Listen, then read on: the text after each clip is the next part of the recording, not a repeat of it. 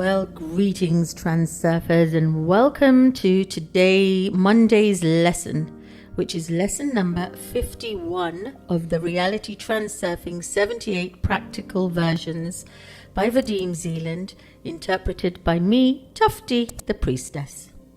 Today's lesson is called Incomprehensible Infinity.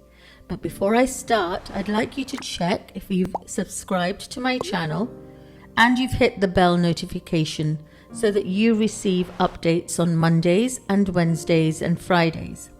Also, if you look in the description below, I'm offering a free energized painting to everybody that you can use for your meditation or to raise the vibration in your home.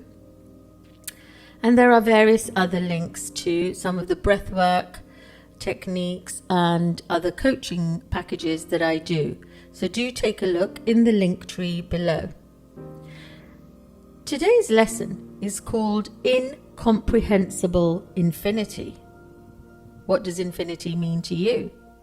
Is it eternity, or is eternity infinity? And so many people often ask, how and why does reality transurfing work? And who even put everything into the space of variance? Is there a God sitting there in a white cloak and a long beard, busily creating everything for every living species in all dimensions and all universes? I don't think so, do you? Everything is energy. No one created the alternative space called the space of variance in reality transurfing. This is the space, if I'd like to remind you, beyond the metaphysical duality of this mirrored reality that we as human beings exist in. It is the creator space. That space, which in the Vedic culture is called the Brahmanda, that's always existed. It was never created and it will never be destroyed. It is as it is. However, it is a human nature to believe that everything in this world was made by someone or something.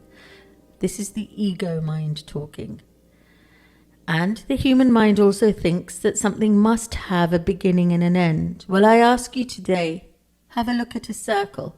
Can you find the beginning of a circle? Or can you find the end of a circle? You can't. Yet there are certain questions in this world to which the answers lie way beyond the limits of a human mind, because the human mind is nothing more than a logical mind machine that has been programmed by belief structures, albeit a machine with the ability for abstract thought. Because when we were children, we thought abstractly. We used our imagination before the heaviness of mind thoughts started to come in.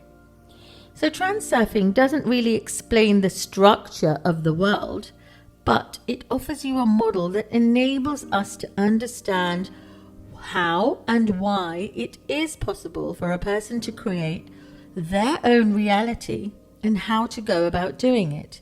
Now, I have plenty of YouTubes on that, 50 to count up till now, on this reality transurfing 78-day series.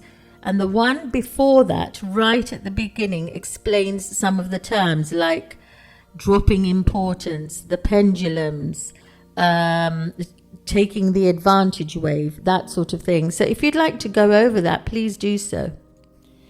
Now, when you learn how to ride a bicycle or even drive a car, you are taught a few things at the beginning of it, but when you actually get it, when the light switch just comes on, you will never understand how the whole thing happened, that you just suddenly started balancing on this bicycle, riding along.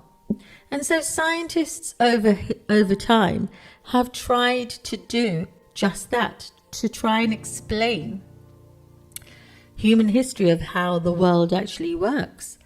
But each time one person tries to explain, the process continues for eternity, because one existing model is soon replaced by an ever newer version of how somebody else sees how the world works.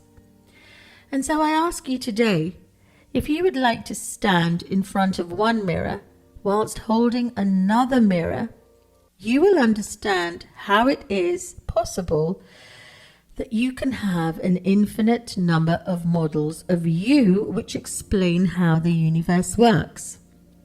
You will start to see multiple, parallel versions of you existing. Now, those versions are existing in parallel universes. After all, we are in a holographic universe. Let that land. When one manifestation of reality is taken as the foundation for a model, what you get is a separate version, a small piece of the mirror. And so when you stand in front of the main mirror of the world, holding that smaller piece of the mirror, you can see a new facet of the world reflected back to you. And that facet, that reflection that is reflected back to you, depends on your frequency, depends on your inner state of being. So can you imagine there are multiple parallel versions of you existing in every now, but the one that is actualizing right now is the one with the strongest vibration that you are really feeling into right now, because there's only the now. There's only the eternal now. So whatever you give your attention to from your inner being will manifest into your outer being. Inner intention, outer intention. And when you take one of the manifestations of this aspect, you again get a separate reflection of reality totally. The one way I can explain it is often people have deja vus happening and they think, oh, I've done this before, I've been to this place before, or I've felt this feeling before. You're actually then at that point tapping in to an alternative parallel reality version of yourself. And again, out of yet another tiny mirror, a new one will appear reflected in the image of the mirror before that. We are fractals, infinite fractals of multi-dimensional realities. So what is the true nature of the world then? Well, the world is layered upon these multi-dimensional realities. So whatever is your resonant frequency in this time and space now moment will be reflected as your layer of your world that you are seeing. This is the reason why I'm always drumming into you to say, all is well in my world. My world is looking after me. I am looking after my world. You are then setting off an energetic frequency that all is well in your world. You've declared it. Try, if you can, to imagine it as being two identical mirrors placed just opposite each other. So both the mirrors then reflect the image of the mirror placed in front of them. In both the mirrors, nothing is reflected an infinite number of times, because there is the black infinity of images where nothing is a reflection of no thing. And that is the highest consciousness, often known as the Shiva consciousness, the nothingness. It is going beyond the void, beyond the Turiya, which is a Vedic term, the awakened dreamless state.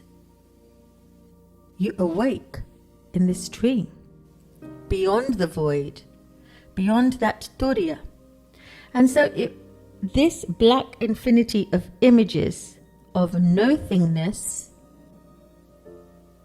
is the purity of the soul being that you truly are, your cosmic consciousness. Are any of these concepts available to the rational mind? Adequate to describe this scene? Hardly, because the rational mind wants to put an image in front of it, or an object, or a person, or a thing. But as I've said before, all of that is the mind.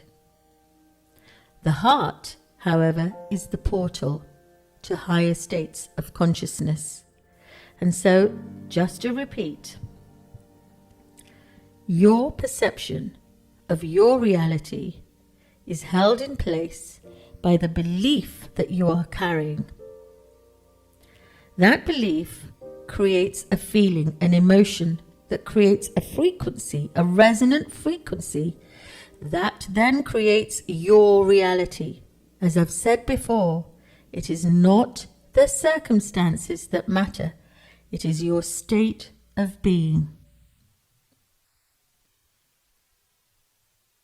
Circumstances don't matter, but your state of being does, because it's your state of being that creates your circumstances, not your circumstances that create your state of being.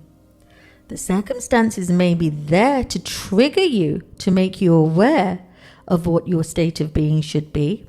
And that's when you ask yourself, am I awake? Am I aware? But for now, I'd like to leave you with just all is well in my world.